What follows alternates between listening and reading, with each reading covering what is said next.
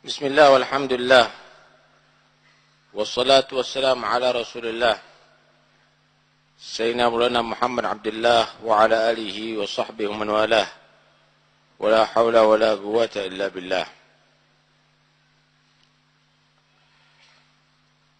Qala al-musannif rahimahullah wa nafa'ana bihi wa bi'ulumihi fid darain amin. وعليك إذا أمرت أو نهيت بالإخلاص لله تعالى والرفق وحسن السياسة وإظهار الشفقة.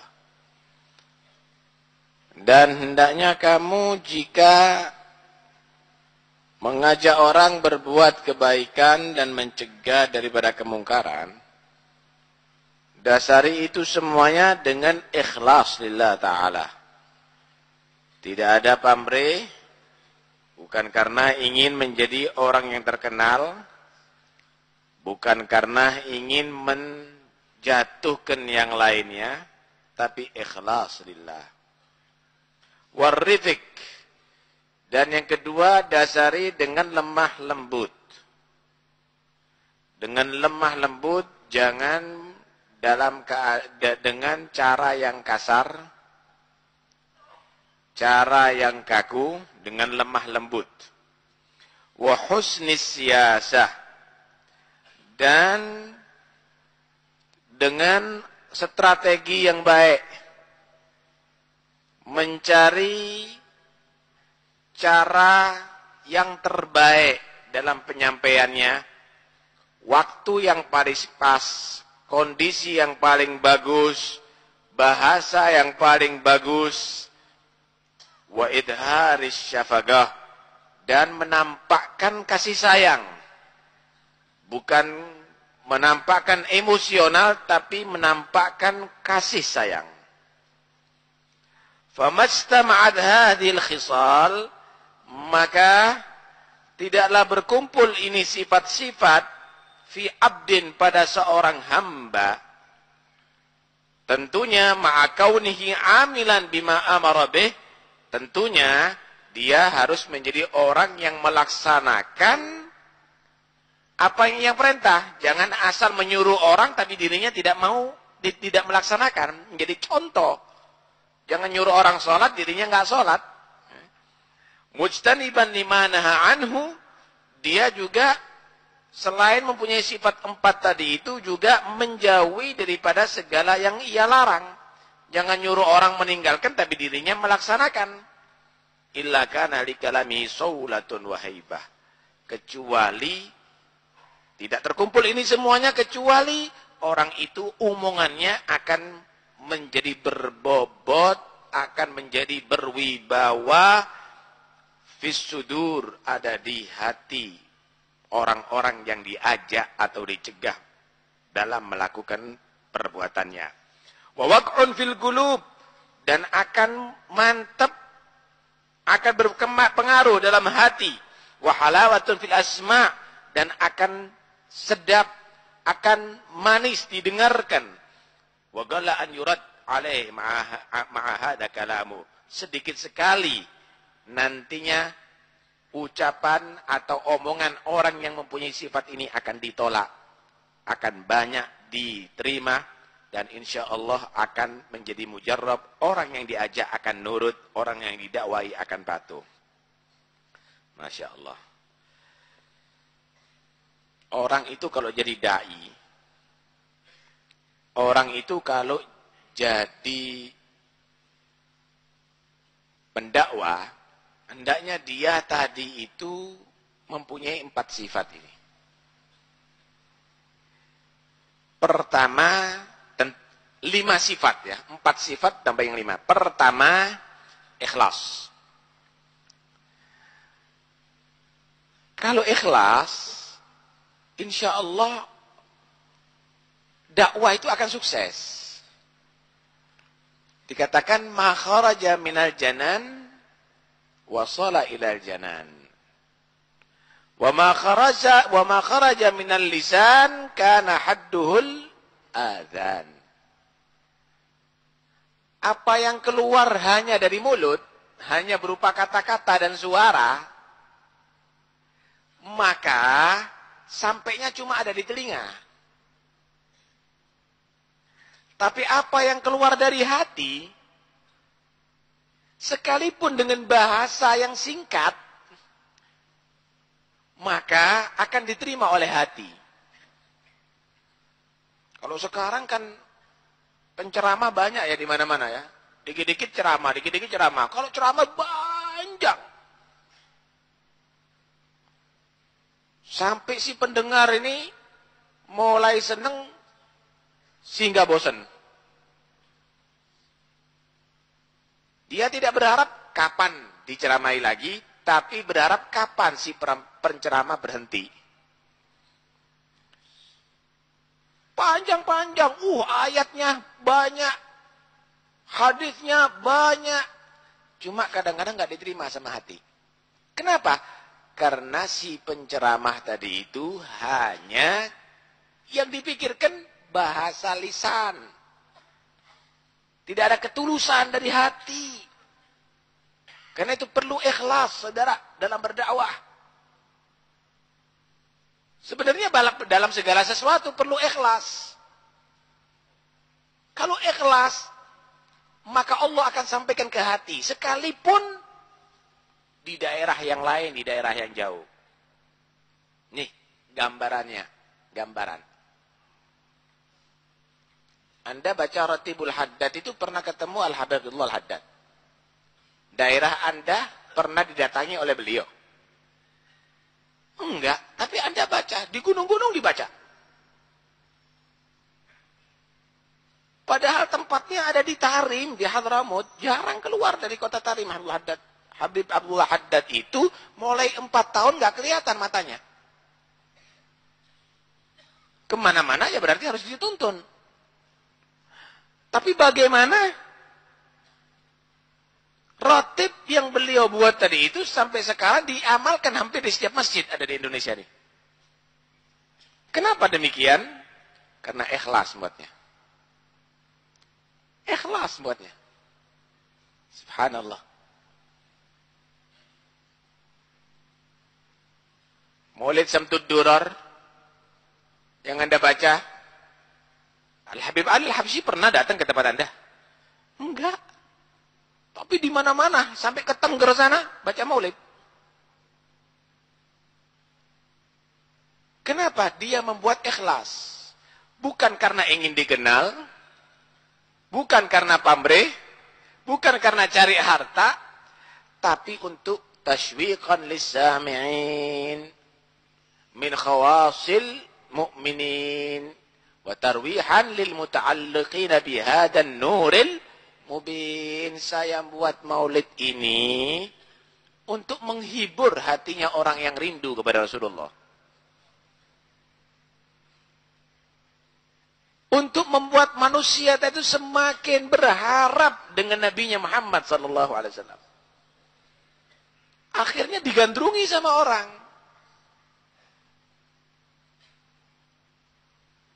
Karena itu dakwah itu akan sukses dengan ikhlas.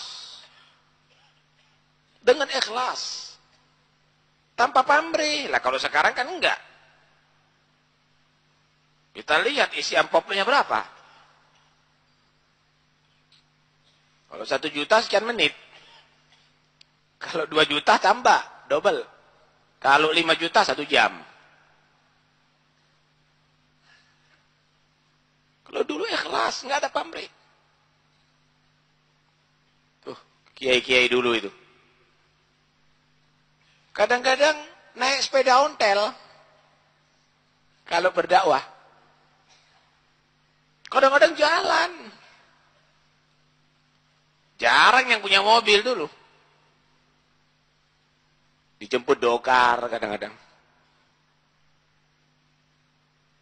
Coba kalau sekarang, mobilnya nggak asi aja udur kita. Perlu keikhlasan dalam berdakwah ila Allah Subhanahu wa taala. Kedua, ar-rifq, lemah lembut. Dalam satu hadis Rasulullah sallallahu alaihi wasallam bersabda, "Ar-rifqu ma kana fi syai'in illa zanahu. Wa la nuzi'a min syai'in illa syanahu." Sifat lemah lembut itu tidak ada pada satu perkara kecuali akan menghiasi. Dan tidak dicabut dari satu perkara kecuali akan membuat cacat dan jelek. Gambarannya begini. Kalau kamu punya toko, tapi yang jaga toko, wah bagus, barang-barangnya bagus, murah. Atau restoran, makanannya enak-enak, murah lagi. Cuma pelayannya ketus-ketus. Berapa? 5.000. Bayar dulu. Tadoken misalnya. Siapa yang mau makan ada di situ? Tidak ada akhlaknya ini. Hah? Dokter, wow, bagus pengobatannya, cuma kasar. Pasien sakit dibanting langsung disuntik misalnya. Lemah lembut itu, sekalipun mungkin makanannya kurang nikmat, tapi dengan cara lemah lembut, subhanallah, orang kadang-kadang tertarik. Begitulah dalam dakwah. Jangan kasar-kasar dalam berdakwah. Dasari dengan lemah lembut. Maka insya Allah dengan perasaan lemah lembut akan mudah diterima. Lihat bagaimana Rasulullah SAW dipuji oleh Allah Subhanahu wa taala dalam berdakwanya. Fabima rahmatin minallahi linta lahum.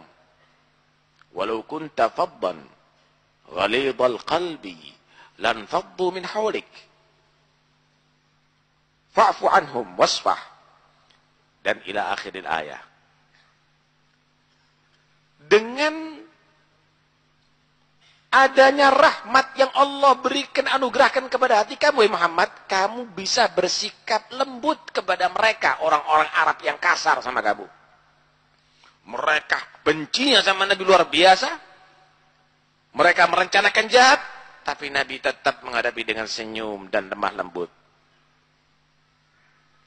Kalau kamu balas dengan kasar, Muhammad, kepada mereka, nggak ada yang berani dengan Nabi, Pak. Kalau Nabi itu mau membalas, bisa sama mereka. Nekat Rasulullah itu. Walau kunta faddan ghalidhal qalb, kalau kamu Muhammad kaku, kasar kepada mereka, lan faddu min haulik, mereka akan lari daripada kamu.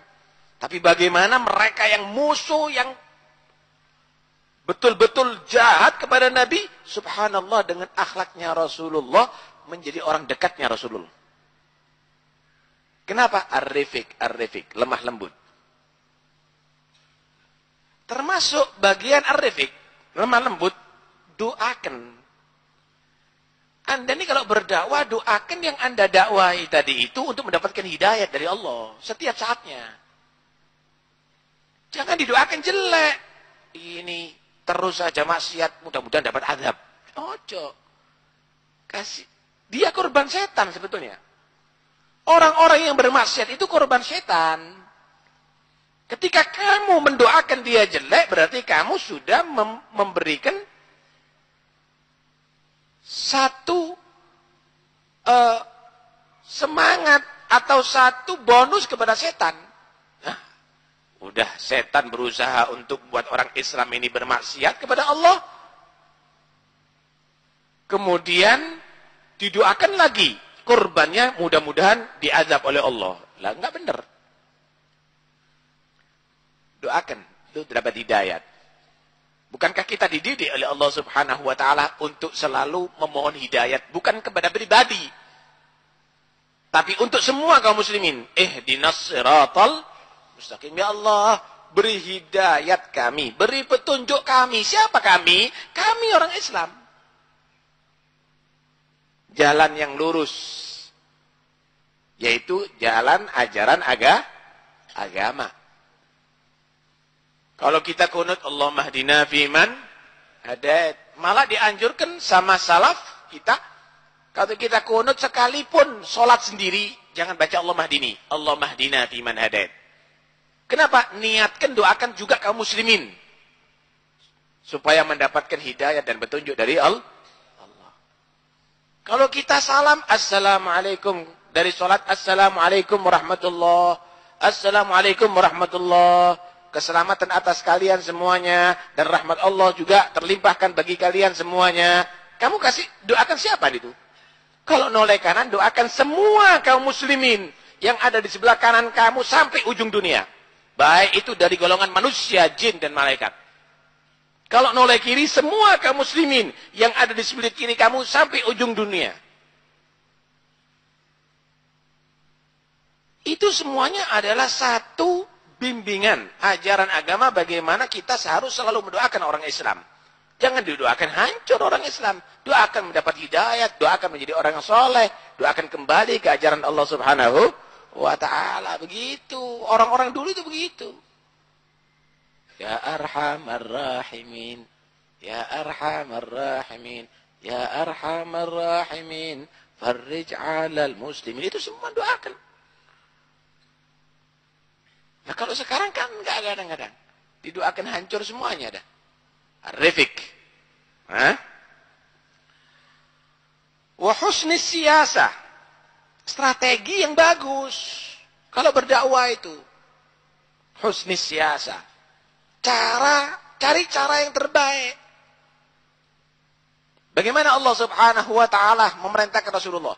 Ud'u ila sabili rabbika bil hikmati wal maw'izatil hasanati wajadilhum billati hiya ahsan. Inna rabbaka a'lamu biman dhalla an inna rabbaka huwa a'lamu biman dhalla an sabilihi wa huwa a'lamu bil muhtadin. Ud'u ila sabili rabbik.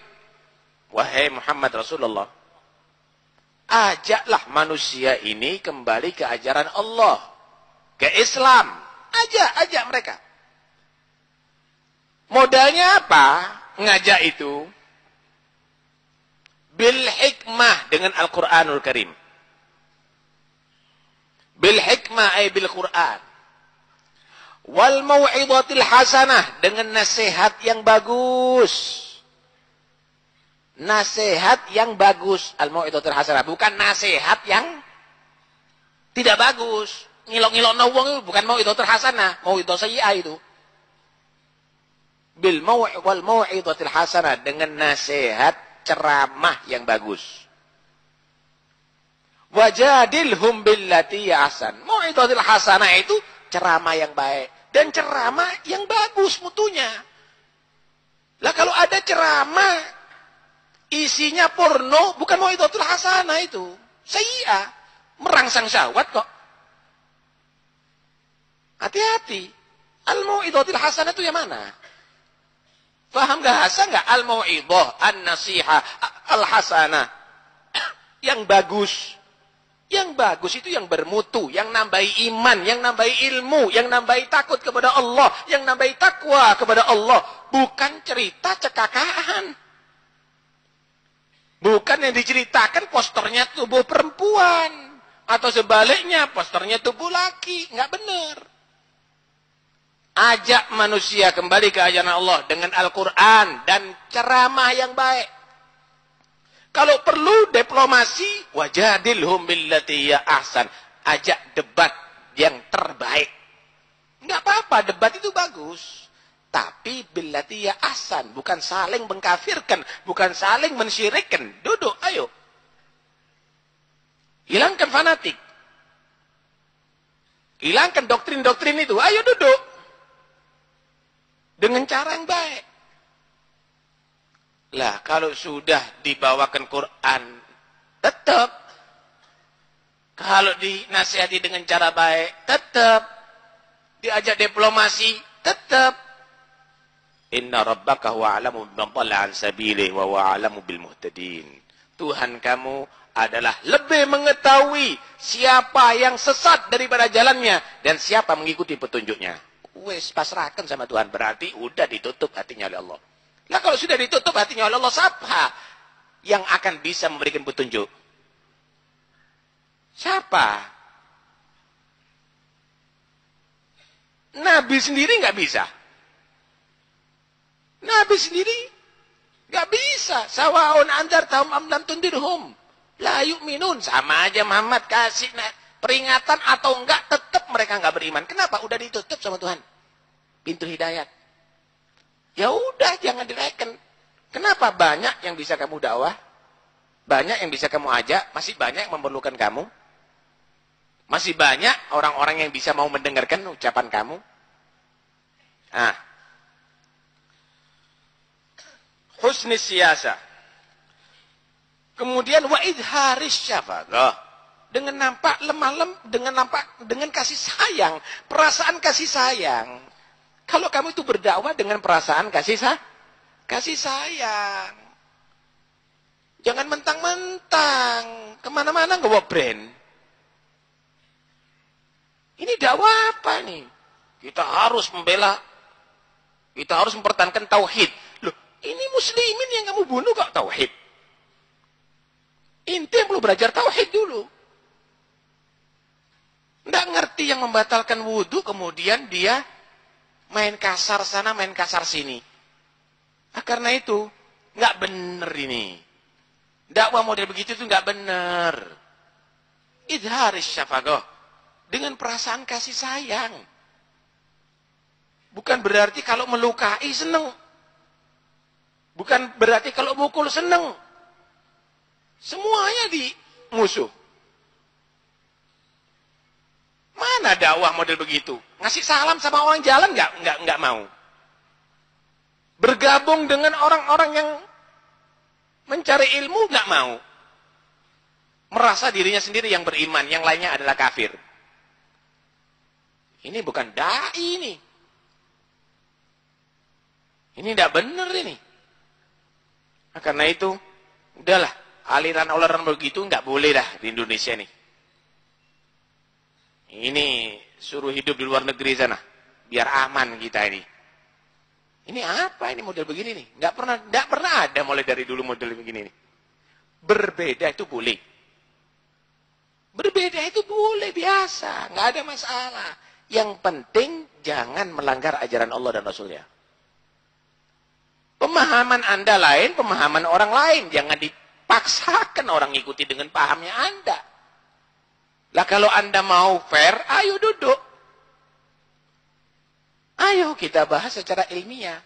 Lah kalau enggak ya udah. Inti enggak hadir, enggak ngurus kok kita. Misal yang enggak senang maulid, inti enggak hadir maulid enggak haram.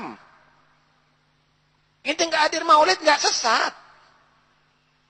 Inti enggak hadir maulid enggak kafir. Tapi kamu, paling senang mengkafirkan orang yang maulidan. Paling senang kamu menyesatkan dan masuk neraka itu orang yang maulid. Wiritannya kamu itu. Ini dai. Dakwah model begini mana bisa diterima, Pak? Nanti akan kita bahas bagaimana contoh-contoh para dai yang sukses. Kemudian yang berikutnya, seorang dai itu akan bisa mujarab dalam dakwahnya dan diterima. Dia harus menjadi contoh. Jangan nyuruh orang berbuat, tapi dirinya meninggalkan. Jangan nyuruh orang meninggalkan, tapi dirinya berbuat. Ini harus jadi contoh. Harus jadi contoh. Ketika sudah jadi contoh, insya Allah yang lainnya nyontoh. Ayo sholat, tapi dirinya main kartu. Ayo kamu, anaknya disuruh berangkat cari ilmu. Tak sambo kamu, bapaknya rokok nonton TV.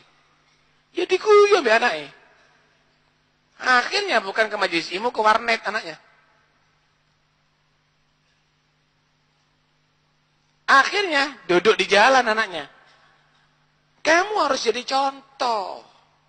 Ketika kamu jadi contoh, insya Allah orang yang kamu ajak akan ikut dengan kamu. Makan. Jangan-jangan ada racun. Sampai makan. Enggak. Jadi contoh makan. Aman. Makan semuanya.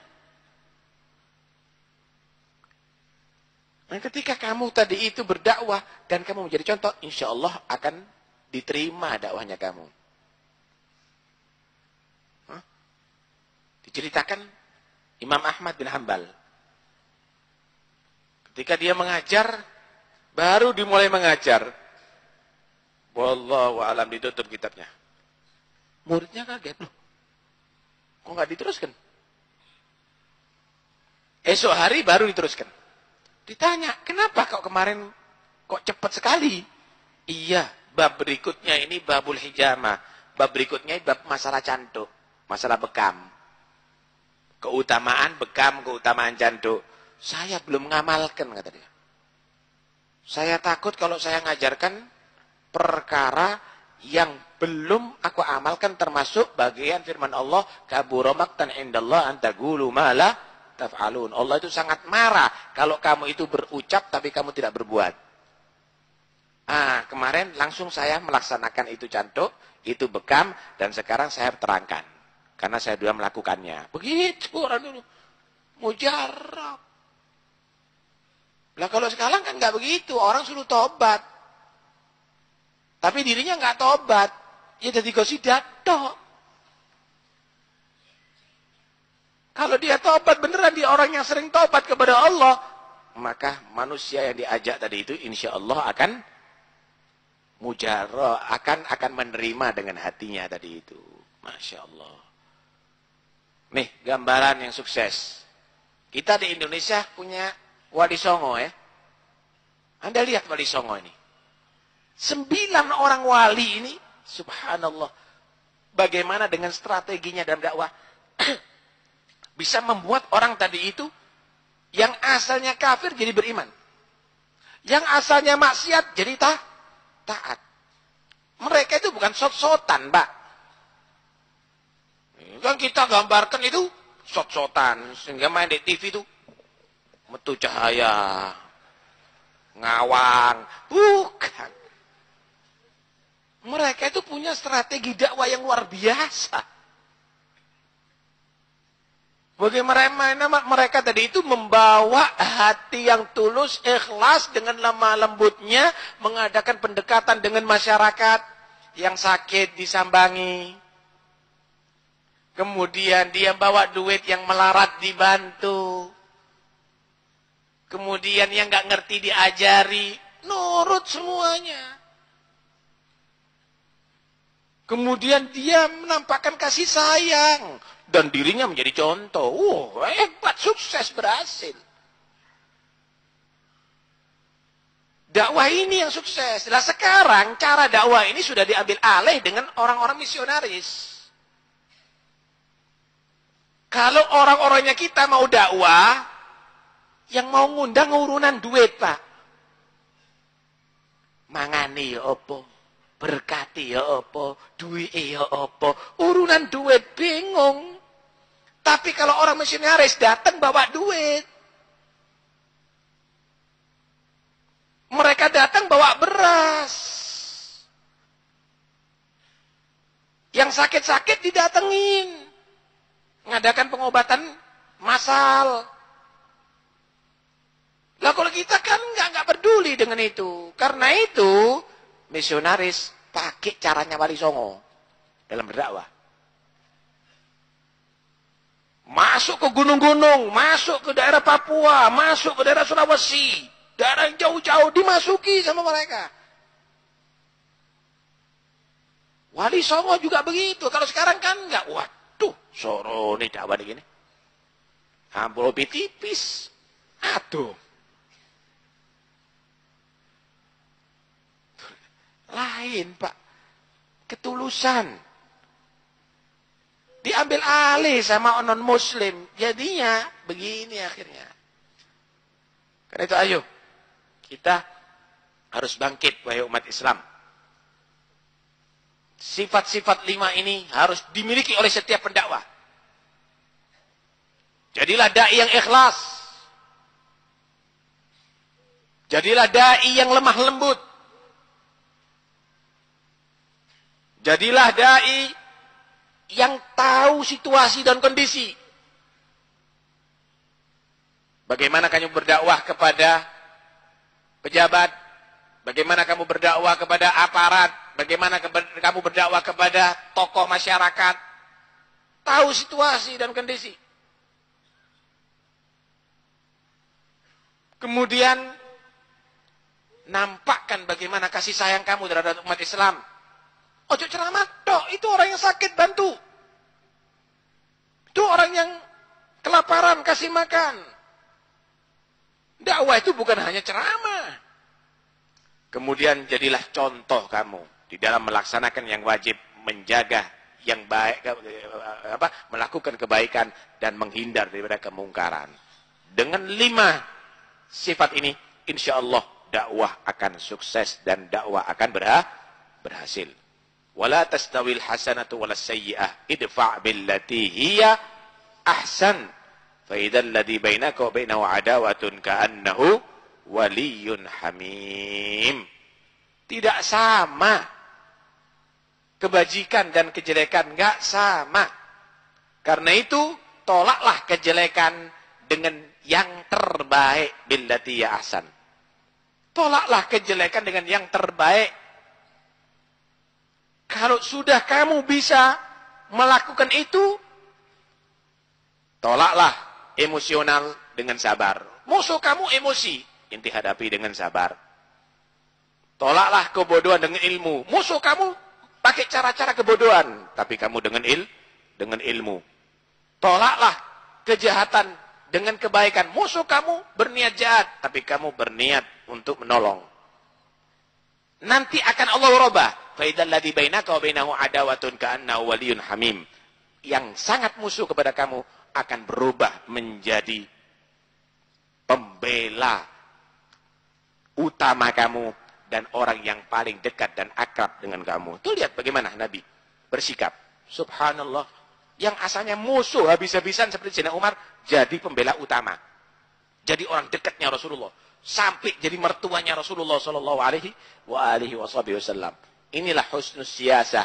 Inilah strategi dalam berdakwah ila Allah Subhanahu wa taala. Mudah-mudahan insyaallah kita semuanya menjadi dai-dai yang bisa diterima oleh masyarakat dan didasari tulus, lemah lembut dan dengan cara yang terbaik, dan mudah-mudahan insyaallah kaum muslimin Allah entas daripada kesesatannya. Allah jadikan mereka hati-hati yang penuh dengan kasih sayang, saling menghargai satu dengan yang lainnya, dan Allah cabut kebencian di antara mereka, permusuhan di antara mereka. Amin, Allahumma amin.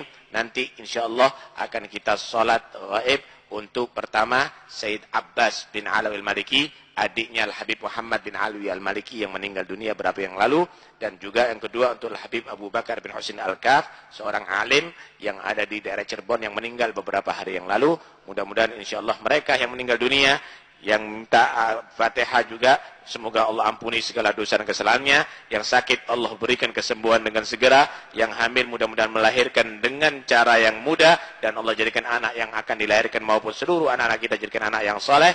Yang punya hajat Allah sampaikan hajatnya. Yang ujian Allah berikan ilmu yang bermanfaat. Al-Fatihah.